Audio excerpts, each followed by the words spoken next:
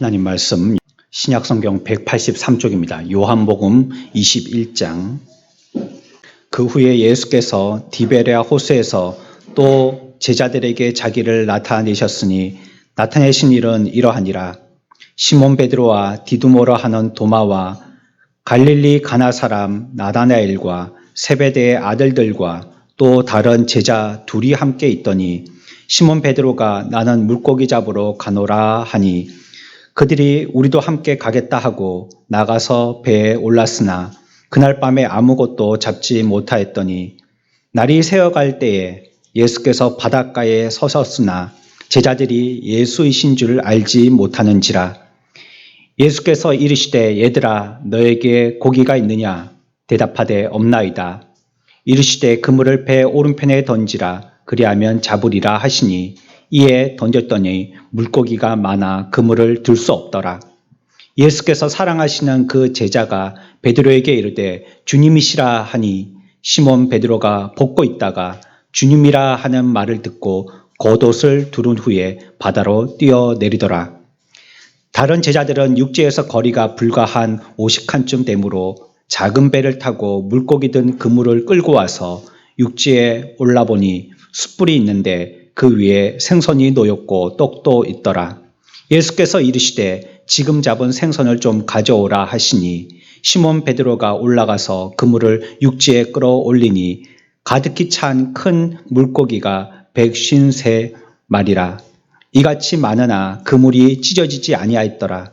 예수께서 이르시되 와서 조반을 먹으라 하시니 제자들이 주님이신 줄 아는 고로 당신이 누구냐 감히 묻는 자가 없더라. 예수께서 가셔서 떡을 가져다가 그들에게 주시고 생선도 그와 같이 하시니라. 이것은 예수께서 죽은 자 가운데서 살아나신 후에 세 번째로 제자들에게 나타나신 것이라. 아멘. 우리가 오늘은 요한복음과 함께 누가복음의 말씀을 같이 병행하여서 읽어야 되겠는데, 먼저 우리가 금방 읽었던 말씀은 여러분들이 익히 아시는 예수님과 주의 제자 7명이 갈릴리 바닷가에서 고기잡이 한 후에 새벽에 상봉하는 그러한 장면입니다. 이 시간에 이 말씀을 손으로 한쪽을 받쳐두시고요. 다른 쪽의 성경을 같이 한번 찾아 읽어보겠습니다. 누가복음 24장 25절입니다. 신약성경 140쪽 25절에서 31절까지 함께 읽겠습니다. 이르시되 미련하고 선지자들이 말한 모든 것을 마음에 더디 믿는 자들이여 그리스도가 이런 고난을 받고 자기의 영광에 들어가야 할 것이 아니냐 하시고 이에 모세와 모든 선지자의 글로 시작하여 모든 성경에 쓴 바 자기에게 관한 것을 자세히 설명하시니라. 그들이 가는 마을에 가까이 가매 예수는 더 가려하는 것 같이 하시니 그들이 강권하여 이르되 우리와 함께 유하사나이다. 때가 저물어 가고 날이 이물어 기울었나이다 하니 이에 그들과 함께 유하러 들어가시니라. 그들과 함께 음식 잡수실 때에 떡을 가지사 축사하시고 떼어 그들에게 주시니 그들의 눈이 밝아져 그인 줄 알아보더니 예수는 그들에게 보이지 아니하신지라. 아멘. 우리가 금방 읽고 살펴본 대로요. 요한복음에서는 예수님과 예수님의 제자들이 아침에 고기잡이 한 이후에 한 마리도 잡지 못하고 주님과 상봉하는 장면이고, 누가복음에서는 엠마오로라고 하는 곳으로 가는 길 중에 제자들과의 만나는 장면입니다. 둘 다 부활 이후에 예수님께서 제자들을 만나시는 장면이죠. 이 두 장면에서 공통되어지는 사건이 나옵니다. 오늘 제목에서 여러분들이 힌트를 얻으셨겠지만 두 장면에서 모두 다 예수님은 뭘 하셨죠? 식사를 하셨다는 것입니다. 부활 이후에 제자들과 함께 식사를 하신 것입니다. 여기에 대해서 우리들은 특별한 의미를 부여하는 것을 매우 조심해야 될 것입니다. 예수님의 식사가 어떤 식사이냐, 얼마나 능력 있는 식사이냐, 우리에게 특별한 어떤 교훈을 주는 식사이냐, 이런 것을 생각하기보다 오늘은 예수님이 그저 식사하셨다는 것에 생각을 바꾸시면 좋겠습니다. 이런 것들로도 앞에 말씀드린 것과 같이 우리 그리스도인들의 부활의 영성의 삶을 사는데 충분한 그 영성의 조건이 되더라는 것입니다. 부활은 세상의 삶과 관계된 것입니다. 내가 죽고 묻히고 하늘에서 영원히 하나님과 함께 있게 된 이후에 일어날 일이 바로 부활입니다. 하지만 예수님의 부활은 우리들의 부활과는 조금 달랐죠. 예수님의 부활은요, 이 땅에서의 부활하셨던 부활입니다. 우리들은 죽은 이후에 하늘나라에 올라가서 다시 주님이 우리들에게 함께 이 땅으로 내려가자 하실 때 그때 부활의 몸으로 새롭게 변화가 되겠지만 예수님은 이 땅에 계시는 동안에 그렇게 부활하신 것입니다. 예수님의 부활을 처음으로 목격하고 또 예수님의 부활을 처음으로 참여한 사람들은 하늘에 있던 사람들이 아닙니다. 이 땅에 있는 사람들입니다. 오늘 우리가 살펴본 대로 바로 그분과 함께 동고동락했던 제자들이었던 것이에요. 그들은 자신들이 잘하고 다른 사람들과 함께 부대끼고 일해오던 바로 그 땅에서 함께 자랐던 사람들과 함께 지금까지 걸어왔던 바로 그 길을 걷고 있었습니다. 다시 얘기하면 예수님의 제자들은요, 예수님을 목격할 당시에 일상적인 삶을 살았다는 것입니다. 그냥 가던 길을 갔던 것이고요. 그냥 하던 일을 했던 것입니다. 저는 요한복음 금방 우리가 읽었던 이 21장의 말씀에서요. 마지막 14절의 말씀을 좀 놓쳤던 것을 말씀을 준비하면서 후회했습니다. 내가 왜 이 말씀을 보지 못했지 하는 생각이 들었어요. 14절에 보면 이것은 예수께서 죽은 자 가운데서 살아나신 후에 세 번째로 제자들에게 나타나신 것이다 라고 얘기하고 있습니다. 저는 어떻게 이해하고 있었냐면 예수님의 제자들이 예수님의 부활을 목격하지 못하여서 예수님이 죽으셨다는 것으로만 사건을 귀결짓고 시리에 빠져서 자기의 일터로 그냥 일하러 갔구나라고 지금까지 이해했었어요. 목사지만 옅은 이해를 갖고 있었죠. 또 성경을 정확하게 읽지도 못한 것입니다. 아니 제자들인데 어찌 그럴 수가 있어. 예수님이 죽으셨다가 부활하실 거라는 걸 생전에 말씀하셨는데도 그거를 못 참고 기다렸단 말이야? 아이고 그러다가 며칠 또 있어도 예수님이 부활을 못 보니까 그러니까 세상으로 또 물러갔구나 이렇게 생각했던 것이에요. 그러나 성경은 그렇게 얘기하지 않고 있네요. 오늘 자세히 보니까 예수님께서 죽은 가운데서 살아나신 후에 벌써 제자들에게 보여주셨어요. 자기의 부활 소식을 나타내 보여주셨다는 겁니다.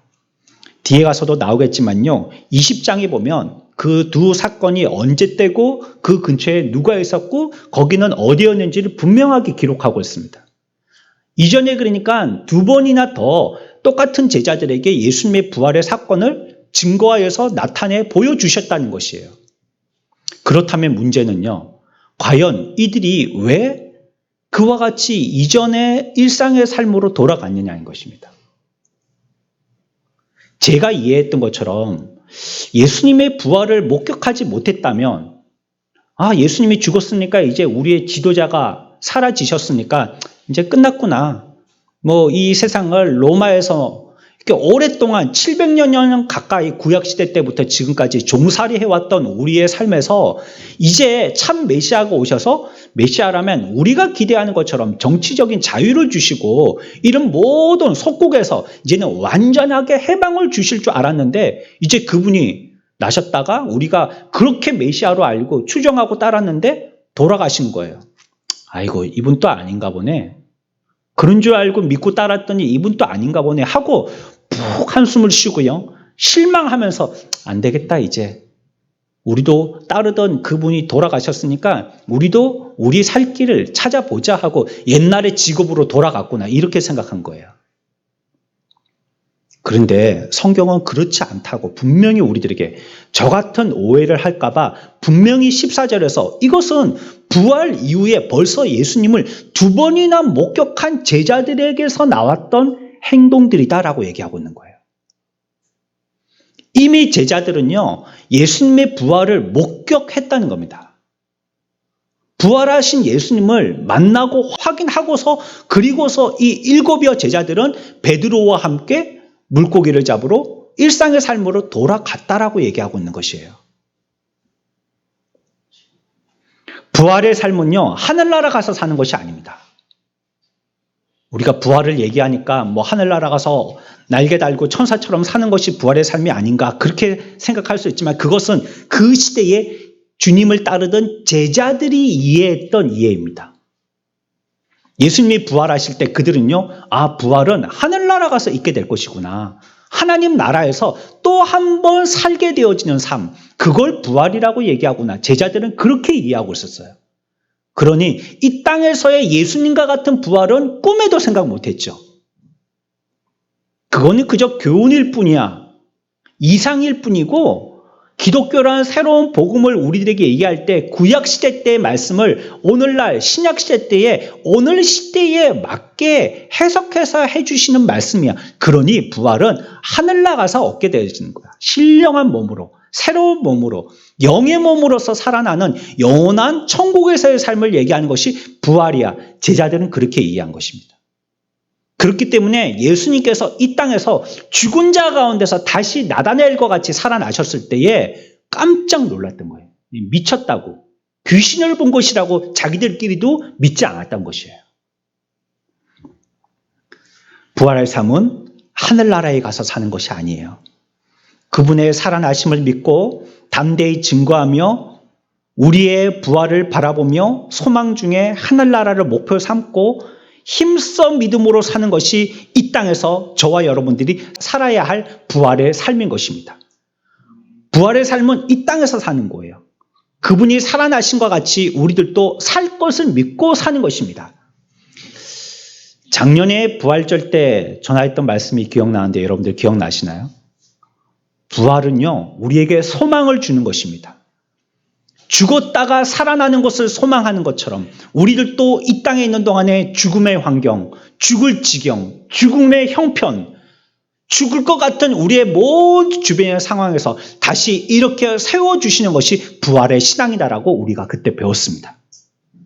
그것을 믿고 이 땅에서 증거하면서 사는 것이 바로 부활의 신앙입니다. 그러니 부활의 신앙은 어디에서 살아가는 거예요? 이 땅에서 살아가는 것입니다.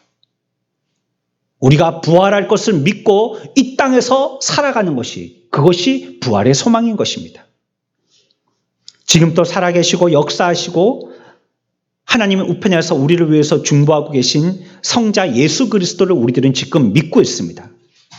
나의 삶의 현장에 찾아오셔서 초라하고 실망하여서 의욕 없는 불쌍한 삶을 살고 있는 나에게 그리스도는 살아나셨고 지금 또 나와 함께 하심을 보여주신 줄 우리들은 믿어야 하는 것입니다. 그것이 부활의 신앙입니다. 부활은 십자가에서 죽으셨던 그분을 통하여서 실현되었습니다. 죽은 자와 같은 우리에게도 영원한 부활이 일어날 줄 믿습니다. 저와 여러분들도 부활하는 것입니다. 그래서 예수님은 스스로를 일컬으실 때 나는 부활의 첫 열매다 말씀하셨어요. 열매가 맺히면요, 하나만 맺고 끝나지 않습니다. 그게 첫 열매면요, 둘째, 셋째, 나중에 마지막 열매까지 맺히는 것입니다.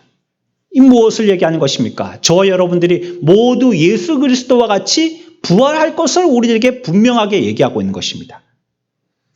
하지만 이것을 본 반응은 어떻겠습니까? 전혀 생각하거나 믿지 못했던 예수님이 이 땅에서 다시 부활하시리라고 그렇게 강조하셨으나 그것에 대해서 꿈에도 상상하지 못했던 이들의 반응은 어쨌냔 말이에요. 경이로움이나 놀라움이나 경악. 오랜 세월 동안 부활을 준비해 왔지만 그 부활을 맞이한 제자들은요, 전혀 뜻밖의 사건이라고 반응하고 있는 것이에요. 무엇입니까? 믿지 못한 거예요. 부활을 믿지 않았던 것입니다. 우리가 뭐 부활신앙 하니까 예수님이 부활하신 것을 믿는 신앙으로만 얘기하지만 아니요. 부활신앙이라는 것은 예수님이 부활하신 것 같이 우리들도 부활할 것을 믿는 신앙입니다. 그게 정확하게 부활신앙입니다. 부활을 통해 예수님은 전혀 다른 존재가 되셨어요. 제자들은 그와 같이 이해했던 것입니다. 아, 부활은 그런 것이구나. 이 땅에서가 아니라 하늘나라에 가서 사는 것이구나 이해했던 것입니다.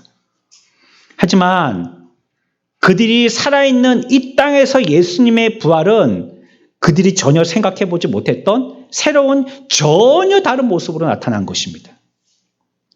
그것은 과히 자기들이 기대해보거나 생각하지 못하였던 것이었기 때문에 이 사건은 혁명적이라고까지 할 만합니다. 놀라운 사건이었어요. 그렇기 때문에 이런 사건은 이들이 미처 상상해보지도 못했던 거예요. 알지도 못했던 거, 생각해보지도 못했던 거예요. 그래서 이들은 예상하지 못하고요. 다시 고기잡이에 나서게 된 이유 중에 하나일 것입니다. 이런 것이라고는 생각해보지 못했기 때문에요. 예수님의 부활이 자신들의 일상과 매우 가까이에서 일어날 수 있다는 사실을 이들은 깨달았어요. 부활이라면 하늘나라에서 일어나는 하늘나라 얘기가 아니라는 것을 이들은 깨달은 거예요. 새로운 면을 깨달은 것입니다.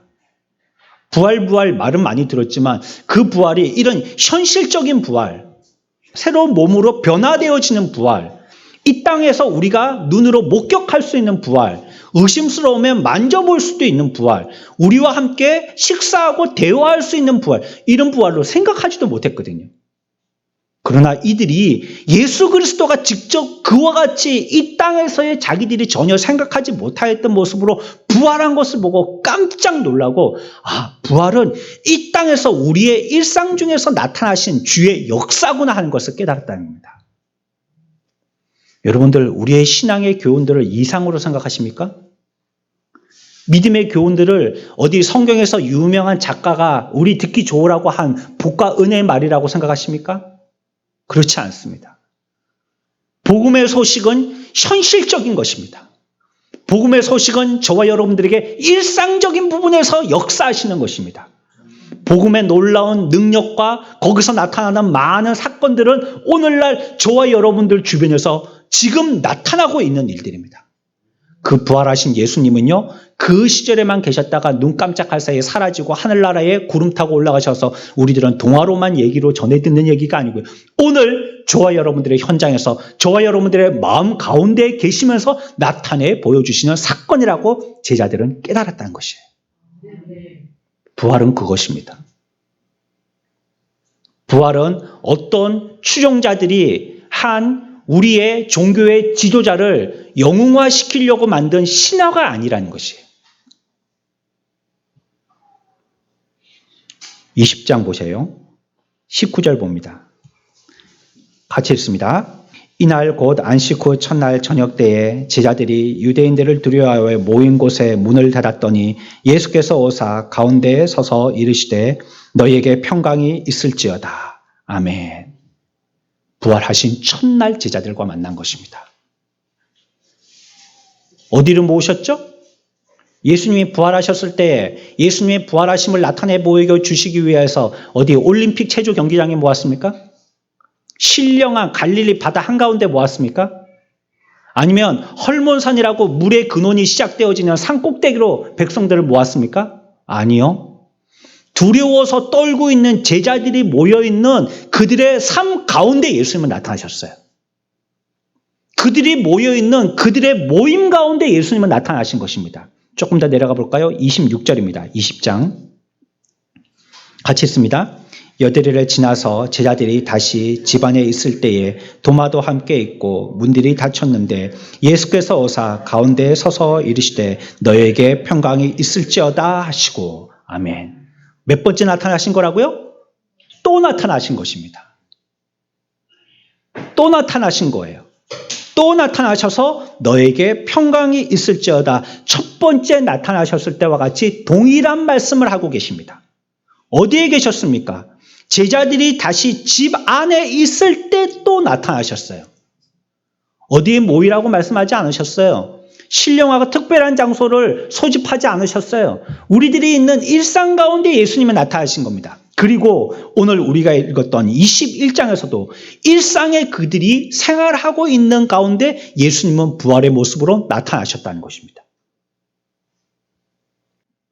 그들은 새롭게 깨닫게 될 사실을 실천할 필요가 있었습니다.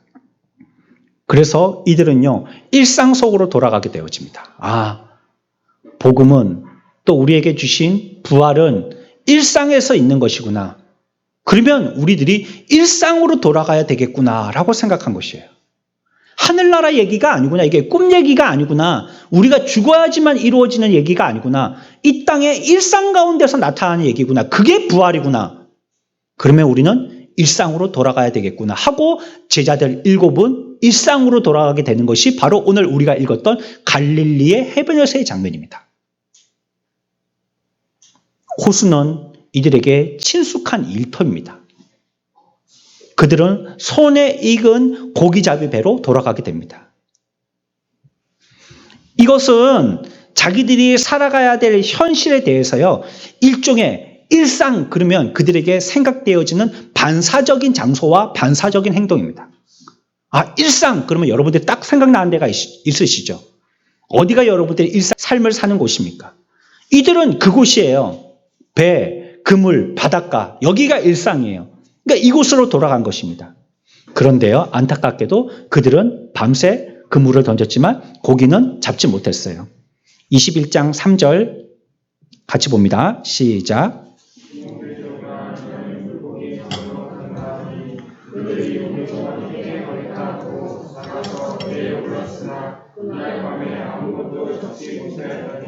아멘. 잡았어요, 못 잡았어요? 일상에 가는데도요, 자기들이 평생 했던 일이잖아요? 한 마리도 못 잡은 거예요. 아니, 이들이 낚시로 잡았다 하면 그래, 공치고 올 수도 있는데요. 이들은요, 전문 헌터예요. 고기 잡을꾼들이란 말이에요. 그리고 낚시로 잡은 게 아니고 그물을 내려서 잡는 겁니다. 그물을 내리면요, 웬만하면 한 마리 정도는 잡힙니다. 어쩌다가 눈먼 고기라도요, 뒷걸음질 치다가 한 마리 꼬리라도 걸려서 올라오는 것입니다.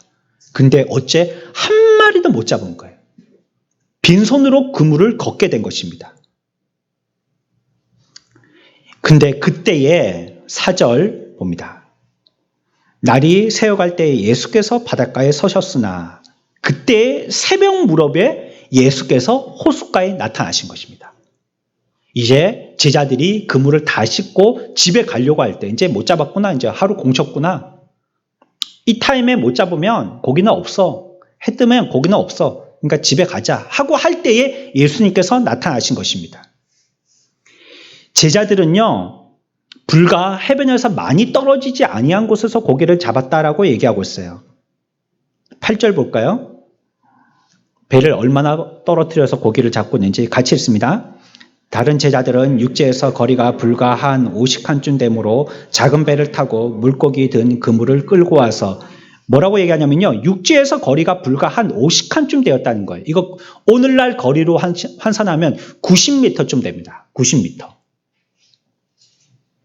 예수님은 알아보지 못했다라고 얘기하고 있습니다. 제가 이 말씀을 듣고요, 실험을 해봤습니다. 아까 말씀 전에요, 내려갔습니다. 제가 1층에 90m 인터넷으로 그 웹으로 측정을 해보니까요, 우리 교회 들어오는 1층 현관에서 이 입구 골목이 끝나는 시작되어지는 저 입구까지가 90m가 조금 넘더라고요. 제가 그래서 현관에 나가서 골목 끝에서 오는 사람을 쳐다봤습니다. 못 알아보겠어요. 누가 오는지. 누군지 모르겠어요. 정말로 모르겠어요. 가까이쯤 와서요, 한 50m 안쪽으로 들어오니까 둥글둥글하고 펑퍼짐하고 그러면 누군지 알겠다. 이게 조금 알겠는 거예요. 그때부터. 조금 남자구나. 여자구나. 머리가 짧구나. 길구나. 우리 교인이구나. 우리 동네 사람이구나. 알겠더라고요. 그제서 아는 거예요. 50칸쯤 떼서 벌어져 있는 거리에서요, 그물을 내리고 고기를 잡았는데요. 그러한 위치에서는 예수님이 해변가에 계셔도 제자들이 알아보지를 못한 거예요. 또 그 시간대가 새벽 시간대였거든요. 아직 해가 완전히 뜬 시간이 아니에요. 가장 어두운 때가 언제냐면 해 뜨기 직전하고 해 뜬 이후. 이게 가장 어둡습니다. 뭘 분간을 잘 못할 그런 시기예요. 그때에 예수님이 나타나신 것입니다. 5절에 고함을 질러서 고기가 잘 잡히는지 예수님께서 물어보십니다. 그리고는 아무것도 잡지 못했다는 것을 알고요. 배 반대편으로 다시 그물을 던져보라고 얘기하십니다. 그들은 말씀대로 했고요. 6절에 봤더니 그물 가득 고기를 잡을 수 있었다라고 얘기하고 있습니다. 이게 가능할까요? 지금 어디로 가서 던지라는 겁니까? 한 100m쯤 바다로 더 들어가라는 겁니까? 아니면 해변으로 한 50m 좀 더 땡겨오라는 겁니까? 어디로 던지라고요? 배 이쪽에서 반대편으로 던지는 겁니다. 그러면 그물이 내려갈 때 퍼져서 내려가지 직선으로 내려갑니까? 왼쪽에 던지나 오른쪽 던지나 그물 던질 때 그물이 펴지는 그 공간은요 거의 비슷한 겁니다. 이 편이나 저 편이나. 그러나 주님의 말씀대로 순종했더니 고기가 엄청나게 많이 잡힌 거예요. 자기 혼자는 끌어올릴 수 없을 정도로 잡힌 거예요. 십자가에서 예수님께서 돌아가신 후 가장 먼저 무슨 일이 생겼는지 알았던 요한은요, 지금 갈릴리에서도 가장 눈치 빠르게 행동합니다. 아, 그 말씀하신 해변에서 저 어두컴컴한데 우리에게 고기 잡혔냐고 물어보고 배 저편으로 그물을 던지라고 하셨던 저 말씀하신 분, 저분이 바로 예수님이시구나. 요한이 단방에 눈치를 챈 겁니다. 그리고 그 옆에 같이 타고 있던 베드로에게 얘기했습니다. 베드로는요, 성미가 굉장히 급한 사람입니다. 그 사람은요, 말보다 행동이 먼저 나가는 사람입니다. 여차 싶으면 벌써 손이 나가서요, 귀 떨어뜨리고요, 주먹이 나가고요, 행동을 하는 사람입니다. 이 사람은 행동대장입니다. 베드로는. 벌써 요한이 예수 이렇게 해보니까 님자도 끝나기 전에 베드로는 벌써 옷을 들쳐 입고 바다로 뛰어들었어요. 예수님 보겠다고요. 그리고 수영을 했겠죠. 90m를 전력 질주를 한 것입니다. 해변에 닿았는데요. 해변에 와보니까 이미 예수님께서 생선과 떡으로 해변에서 식사를 준비해 놓으셨어요. 베드로가 동료들을 도와서 고기를 다 내린 후에 고기가 몇 마리나 잡혔어요? 11절에 보니까요. 작은 고기도 아니고 큰 고기가요? 몇 마리나? 그래서 어떤 사람들은 모나미 볼펜 1532 그런 얘기 하는데 어디서 나온 얘기인지는 잘 모르겠습니다. 믿거나 말거나 하여튼 한국에서 제일 많이 쓰는 볼펜 중에 하나이죠. 153마리가 잡혔다는 거예요. 그거 다 세본 사람이 있겠죠? 주님은 그들을 식사 자리로 부르십니다. 12절 보십시다. 예수께서 이르시되 와서 어떻게 하라고요? 조반을 먹어라. 엄마처럼요. 엄마들이 아침에 아이들 학교 보낼 때에 깨운 다음에 뭐 합니까? 밥 먹어라 그랬죠. 예수님 똑같이 말씀하십니다. 얘들아 와서 밥 먹어라 라고 말씀하시는 것입니다. 예수님은 떡과 생선을 그들에게 나누어 주십니다. 부활의 아침 식사였습니다. 복음서의 저자들은요, 자주 예수님의 식사 얘기를 들려줍니다. 비단 여러분들이 이 장면에서뿐만 아니라 여러 부분에서 예수님이 식사하셨던 얘기들을 기억하실 것입니다. 예수님은 자신을 계시하실 때나 말씀하실 때나 일하실 때나 사람들을 영접할 때 사용했던 곳과 배경이 바로 식사의 자리였습니다. 그곳에 가서 내가 유하여야겠다. 그랬더니 그 사람이 예수님을 구주로 영접하고 복음을 받아들였던 거예요. 내가 너희들과 함께 먹겠다. 그러면서 또 복음의 말씀을 전하시며 축사하셨더니 많은 복음의 이적과 기적이 나타났던 예들도 있었습니다. 너무 뻔하기 때문에 오히려 소홀히 취급하곤 하는 한 가지 사실에 우리들은 주목해야 됩니다. 부활의 영성이라는 것은요, 준비된 환경이나 선택된 시간, 장소에 의해서 만들어지지 아니한다는 것입니다. 오늘 예수님께서 부활하셨을 때에 특별한 계시를 통하여서 특별하게 말씀하시지 않았다는 거예요. 어디에서 말씀하셨다고요? 우리의 일상에서. 어디에서 나타나셨어요? 우리의 일상에서. 언제 나타나셨어요? 우리의 일상의 시간에서. 밥 먹을 때. 오히려 부활의 영성은요, 평범합니다. 음식을 먹을 때보다 우리가 평범할 때가 어디 있습니까? 특별히 한국 사람들은 인사할 때 식사와 관계된 인사를 하지 않습니까? 만나면 뭐라고 인사하십니까? 뭐라고 인사하시죠? 식사하셨습니까? 여쭤보지 않습니까? 식사하셨습니까? 여쭤보지 않습니까? 이건 일상적인 거예요. 인사라는 것은요. 당연히 해야 될 인간의 도리인 것처럼 이 말은 일상적인 거예요. 밥을 먹는다는 것은 일상적인 것입니다. 우리는 보통 하루에 3끼를 먹습니다. 음식을 먹는 가장 큰 이유는 뭡니까? 목숨을 부지하기 위해서죠. 영양을 섭취해야 됩니다. 탄수화물, 지방, 단백질, 섬유질, 비타민, 수분 이거 계속 섭취해야 돼요. 그거 하나님이 우리를 그렇게 지으셨기 때문이에요. 그거를 먹는데 특별한 계시로 먹는 게 아닙니다. 하나님이 오늘 아침을 먹으라고 눈을 떴더니 나에게 계시해 주셔서 먹는 사람 있나요?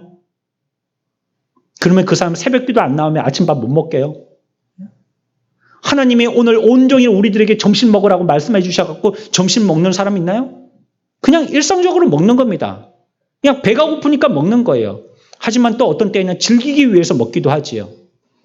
오늘날 맛집 기행도 있고요. 음식 순례도 있습니다. 꼬막볶음밥, 물회, 수제버거, 간장게장, 방건조 생선, 산채 비빔밥, 장어구이 제가 다 좋아하는 겁니다. 우리나라 다양한 음식 문화가 발전된 나라라서요. 어떤 나라보다도 이런 나라, 우리나라는요. 이 음식에 대해서 굉장히 공을 많이 들이는 나라죠. 종류도 많고요. 만드는데도 공력도 많이 듭니다. 음식 맛은 무슨 맛이라고요? 손맛이라고. 손이 들어가야 되는 겁니다. 대충 기계로 이렇게 돌려가지고는 제대로 맛이 안 나는 거예요. 또 어떤 엄마들은 비닐장갑도 못 끼게 하는 거예요. 손맛이라고. 식구나 친구나 손님들과 식사하기 위해서 음식을 준비하고 먹는 일처럼 자주 반복하면서 무의식적이고 자연스러운 건 없는 거예요. 그냥 하는 것입니다. 금식을 해보면요. 음식만큼 사람들과의 교제에 중요한 매개가 없다는 것을 깨닫습니다. 커피나 음료수 한 잔 내두지 않으면요. 사람과 함께 만나서 얘기하는데 너무 몰뚱몰뚱한 거예요. 커피 한 잔, 자판기 100원짜리 커피 한 잔이라도 내놔야지 그걸 마시면서 얘기가 좀 되지. 아무것도 없이 나 오늘 금식이거든요. 당신도 그냥 와서 얘기 좀 하세요. 그럼 너무 맹숭맹숭한 거예요. 이처럼 우리는 살기 위해서 먹고요. 밥이나 국처럼 동일한 음식을 지속적으로 먹습니다. 어느 문화에서나 손님 대접의 전통이 있습니다. 서로 사랑하고 존중하고 주고받는 즐거움이 담겨 있습니다. 그래서 부활하신 그리스도께서 우리를 찾아오시고 우리 안에 하나님의 형상을 이루시는 과정에서 부활의 식사는 매우 깊은 의미를 갖고 있는 겁니다. 기독교적인 영성훈련 방법으로 일상의 삶과 분리되었던 어떤 것이 제시된다면 이것은 매우 잘못될 가능성이 있습니다. 우리가 거룩하고 영적 삶을 살아야 되는데 그것이 우리의 일상과 조금 많이 벗어난 것이다. 막 무릎으로 걸어 다녀야 된다. 살기를 나무 가지 위에서 살아야 된다. 옷도 아무것도 안 걸치고 속옷만 입고 살아야 된다. 잠도 자지 말아야 된다. 이거는 일상적이지 않죠? 옛날 중세시대 때의 기독교 수도승들은 그렇게 살았어요. 그게 영성 있는 삶이라고 생각했어요. 가족도 다 버리고 수도원에 가서 살았어요. 밀짚 모자 같은 거 한 개 쓰고 기도하고 노동하고 기도하고 노동하고 그것이 영성 있는 삶이라고 생각했어요. 일상과는 동떨어진 삶을 살았던 것이요. 그러나 성경은 부활의 영상으로 우리들에게 말씀하실 때 일상과 떨어진 것이 아니라라고 얘기하는 겁니다. 철저하게 일상적인 것이 영성이라고 우리들에게 얘기하고 있는 것입니다. 이 식사는요, 본래 의미의 식사를 얘기합니다. 여러분들 이 식사를 뭐 특별한 뭐로 생각하시면 안 됩니다. 그냥 고기 뜯어 먹고 떡 뜯어 먹은 것입니다. 계시를 위해서 특별히 준비된 게 아니라는 것입니다. 미리 설정한 무대가 아니라는 것이에요. 자연스럽고 필순적인 일상의 생활의 한 부분인 것입니다. 엠마오 식사는 예루살렘에서 집으로 돌아가는 긴 도보 여행 중에 이루어진 것입니다. 글로바와 그의 친구는요, 음식을 먹었습니다. 길 가다가 여행 중에 음식을 먹었어요. 왜 먹었을까요? 길 가다가 음식을 길가에서 먹었어요. 왜 먹었을까요? 여러분들 왜 먹겠어요? 여러분들이 여행하다가 음식을 먹었어요. 왜 먹었어요? 배가 고프니까 먹는 겁니다. 특별한 계시가 아닌 거예요. 그냥 여행하다가 도보로 걸어서 여행을 해서 이제 고향으로 가다 보니까 배가 고프니까 먹는 겁니다. 갈릴리의 아침 식사는 밤새 계속 노동 후에 고됐기 때문에 배가 이제 호출하기 때문에 먹는 것입니다. 배에서 내린 7명의 어부들은요, 표현되어 있지 않지만 우리가 예상할 수 있는 것은 예수님께서 제공해 주신 떡과 생선을 아마 개걸스럽게 먹었을 것입니다. 밤새 고기 잡는다고 애썼기 때문에.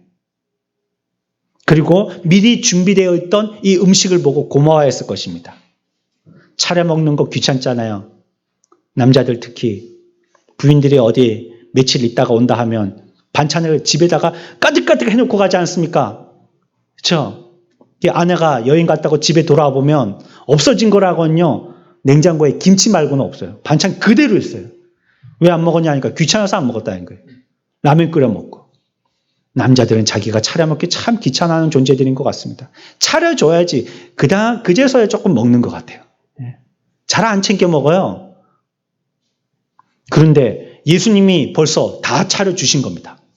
생선도 떡도 다 차려주신 거예요. 얼마나 좋아요.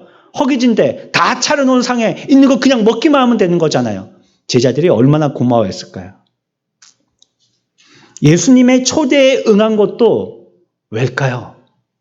제자들이 예수님께서 여기 오라 했을 때 예수님께 달려간 것은 요한이나 베드로를 보면 그들의 사무친 이전에 있었던 내용들이 있었기 때문에 마음의 내용들이 있었기 때문이겠지만요. 다른 제자들은요. 왜 이와 같이 예수님 주변에 모여들었을까요?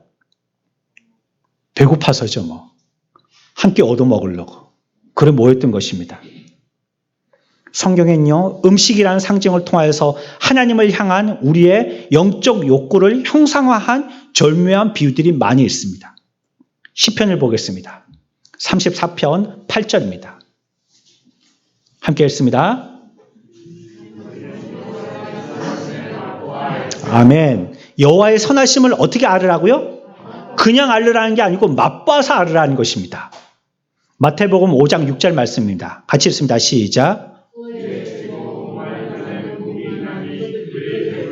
아멘. 의에 줄이고 목마른 자는 어떻게 된다고요? 배가 부르다는 거예요. 배가 불러. 먹은 것 같죠? 배가 부르다는 것입니다. 시편 63편 5절입니다. 같이 읽습니다.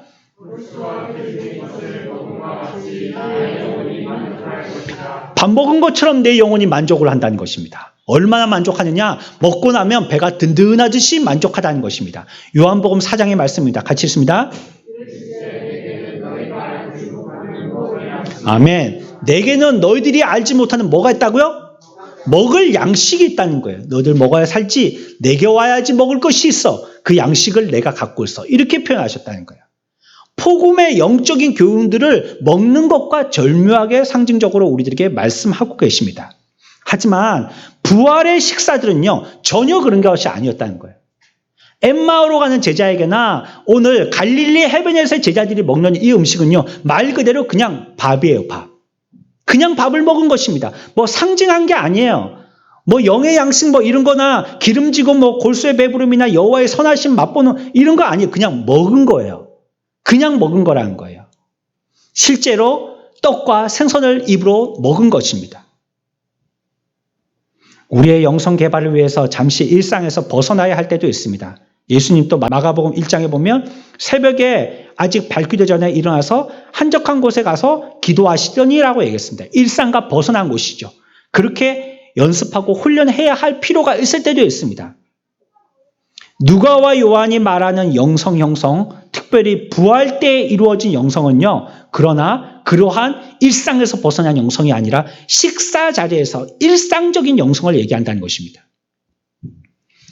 열왕기상 19장에 이런 얘기가 있습니다. 악녀 이세벨이요. 엘리야 선지자를 죽이려고 했습니다. 아합이 호통을 쳤대도 엘리야는 눈도 끔찍하지 않은 사람입니다.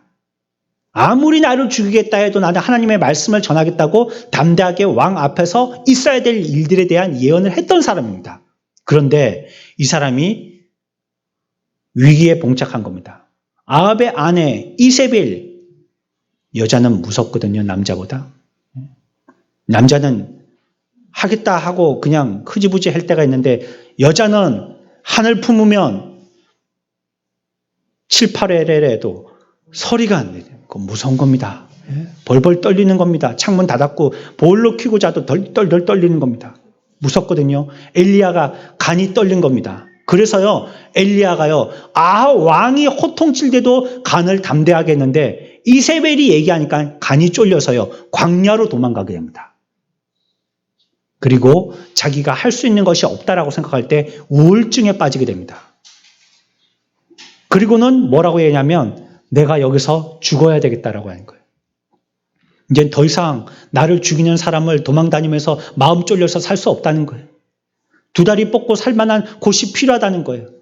해결할 수 없으니 끝까지 나를 죽이겠다라고 저 여인이 저렇게 한을 품었으니 나는 빨리 죽는 것이 고통을 피하는 것이구나라고 생각했던 것입니다. 그런데 그때 하나님이 엘리야에게 말씀하십니다. 열왕기상 19장 5절의 말씀입니다. 같이 읽습니다.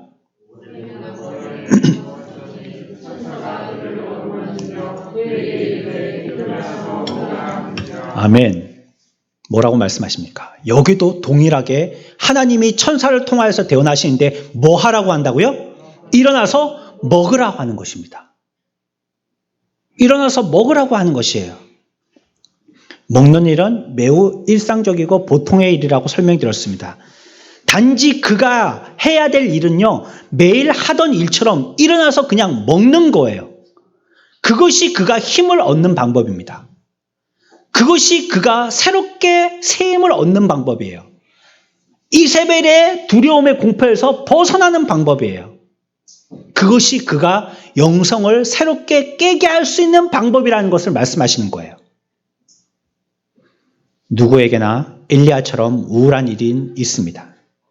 심지어 죽음 같은 고통을 느끼기도 합니다. 그런데 하나님은 우리들에게 오셔서요, 새로운 비전을 주시는 게 아니더라는 거예요. 시대에 빠져서 우울해하고 있는 우리들에게 새로운 힘과 소망을 주시는 비전의 말씀을 주시는 게 아니더라는 거예요. 천사를 통해서 뭐 하라고요? 그냥 일어나서 먹으라는 거예요. 일어나서 먹으라는 거, 이게 무슨 비전입니까? 전 세계적인 열방을 향한 비전을 주셔야 될 텐데 그래야지 새 힘을 얻던데 주님은 우리들에게 그걸 말씀하시지 않고 일어나서 그냥 먹으라는 것입니다. 우울증은 뭐죠? 우리의 일상에서 그 일들이 떨어뜨려져서 일을 하게 되는 것입니다. 일상적인 삶을 못 살게 되는 것이 우울증입니다. 그러나 하나님께서 하시는 일은요, 우리의 가장 평범하고 일상적인 일을 하게 하시더라는 거예요.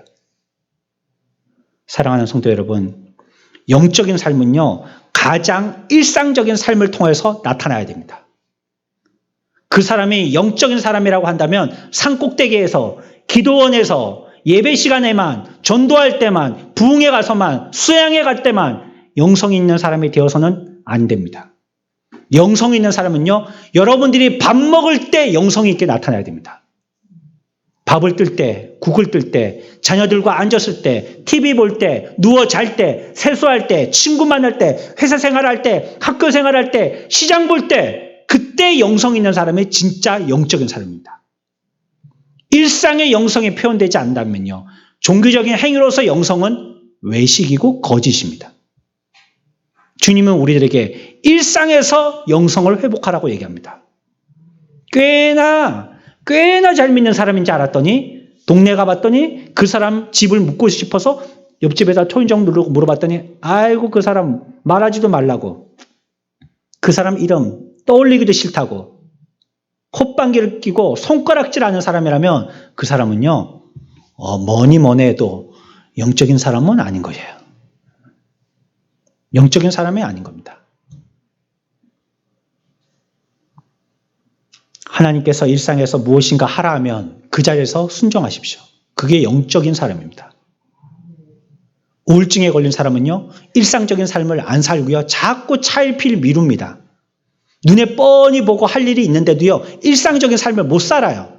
그러나 하나님은 오늘 우리들에게 일상적인 삶을 살으라고 얘기하십니다. 그거 하라는 거예요. 보면 싱크대 그릇 이만큼 쌓아놓고 저거 누가 안 해주냐 그러지 말고 하라는 거예요. 그게 영성 있는 삶이라는 거예요.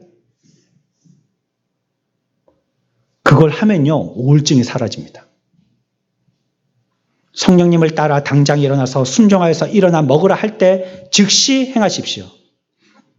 식탁에서 수저를 들 때마다 밥 공기를 비울 때마다, 국그릇을 놓고 김치를 집어들 때마다 우리는 영성 형성의 의미와 가장 잘 어울리는 상황 속에서 살고 있다는 것을 기억해야 될 것입니다.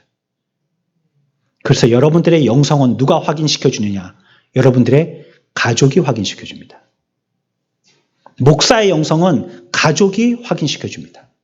가족이 절레절레하면요, 그 사람은 영성 없는 사람입니다. 오늘 집에 가서 물어봐야 되겠습니다. 저는 영성 있는 사람인지. 그래서 성경은 우리에게 이런 식사의 시간들을 보다 중요하게 받아들이라고 가르칩니다. 주일 예배, 성경 공부, 수양에도 중요하지만 우리가 일상에서 식사할 때 소리 없이 함께 하시는 부활하신 그리스도의 임재만큼 우리의 삶에 영향을 미치는 것은 없을 것임을 기억해야 될 것입니다. 부활의 아침, 예수님은 어디에 나타나셨느냐? 산도 바다 한가운데도 아닌 그들의 일상의 삶을 통하여서 나타나셨습니다. 저와 여러분들이 영에 붙들려서 부활의 영성 있는 삶을 살기 위해서는 여러분들이 일상에서 영적인 삶을 살아야 될 것을 얘기하고 있는 것입니다. 사랑하는 성도 여러분, 저와 여러분들이 이런 삶을 살아서 부활의 삶을, 부활의 소망을 삶을 사는, 부활의 영성 있는 소망의 능력 있는 삶을 사는 저와 여러분들의 삶들이 다 되어지시기를 축원합니다.